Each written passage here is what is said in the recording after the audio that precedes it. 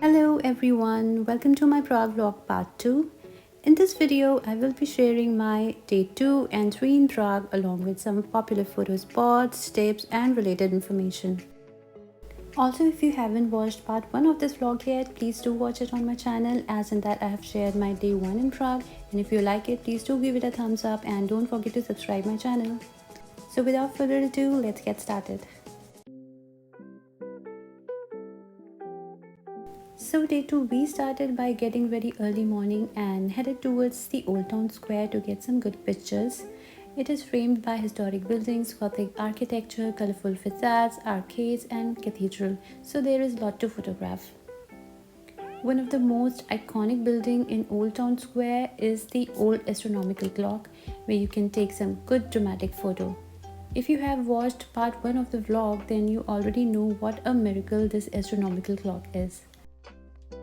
Another photo-worthy spot in Old Town Square is the Church of Our Lady Before Tin. It is the dominant feature in Old Town. The church was built in 14th century and used to be a primary place of worship for foreign merchants visiting city.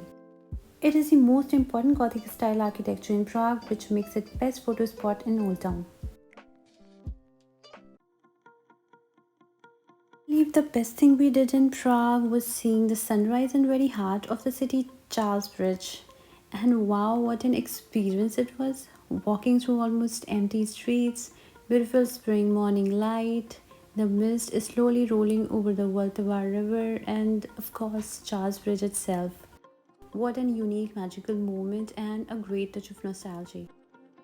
When it comes to photography, you will need a bit of time to think what kind of photos you want to do and find a good spot. So you want to be on the bridge before actual sunrise. If you arrive super early, you can face east and capture an amazing sunrise over the bridge tower. One more tip, mornings can be really cold, so dress accordingly. Don't forget you're above a river, which is always colder in general. Also, it is one of the winter places in Prague.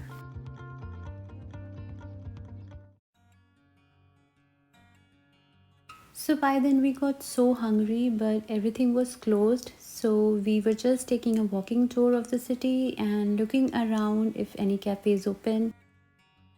And there we finally found a cafe open where we had an English breakfast and coffee. I don't remember the name of the cafe, but their food was delicious and energizing. After 10 minutes walk, we reached to another popular spot in Prague, the rotating head of Franz Kafka. It's an outdoor sculpture and a technical marvel depicting a Bohemian German writer Franz Kafka, located in city center Narodny Třída in Prague. The statue consists of 42 layers made of steel and is constantly moving, rotating and changing. Once in a while, the impressive show stops and you can see the head of Franz Kafka in its final form. While the head does look impressive on a still shot, its real charm is in the way it moves. But you know what? The whole Prague is so beautiful, dreamy and picture worthy that you'll end up taking pictures at every corner of the city like I did.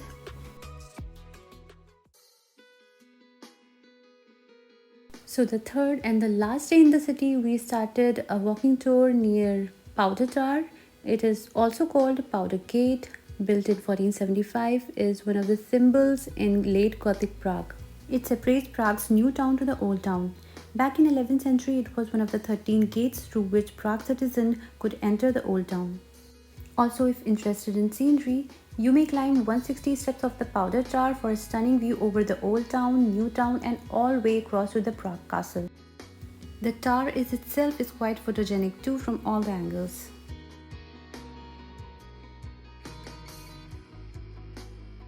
Finally, we then headed towards another popular and top visited attraction in Prague, Prague Castle. The Guinness Book of World Records lists Prague Castle as the largest complex in the world. It is 70,000 square meter collection of royal palaces, churches, halls, courtyard and one magnificent Gothic cathedral, St. Vitus. Built around the year 870, today the castle is a home to the Czech president and the crown jewels. Although it is free to wander the grounds of Prague Castle and can see some highlights such as St. Vitus Cathedral, St. George Basilica, and other buildings from outside. But one must buy a ticket to go inside the building.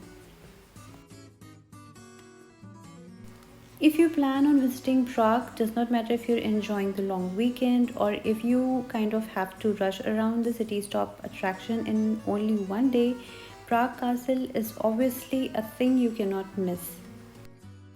And one more tip, since Prague Castle is on the top of the hill and it can get pretty windy, so if you are going to visit, wear your comfortable shoes to walk up the castle. We then headed for a lunch to Cafe Imperial, one of the grandest cafe and restaurant in Prague for the past over 100 years, situated in Imperial Hotel in Prague.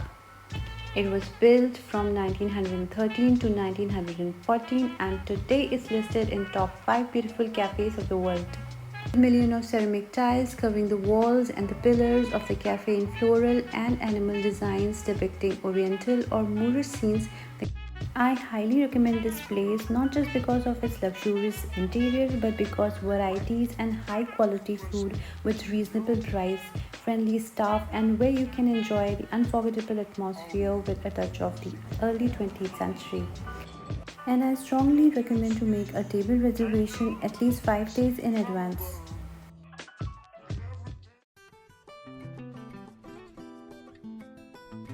So, another spot we reached while exploring the city was Letna Park, which is one of the largest greenery in the middle of the Czech capital where you can spend your free time playing sports, walking, or having a picnic. At the same time, Letna Park provides a magical view of Vltava River and the center of Prague. And thirdly, it's just a jump from historic Old Town and Prague Castle. It's also a great place to sit with a beer and enjoy the beautiful view at any time of the year. Very beautiful place, calm and full of birds and trees. So if you want to relax from the busy city noises, just hit this park.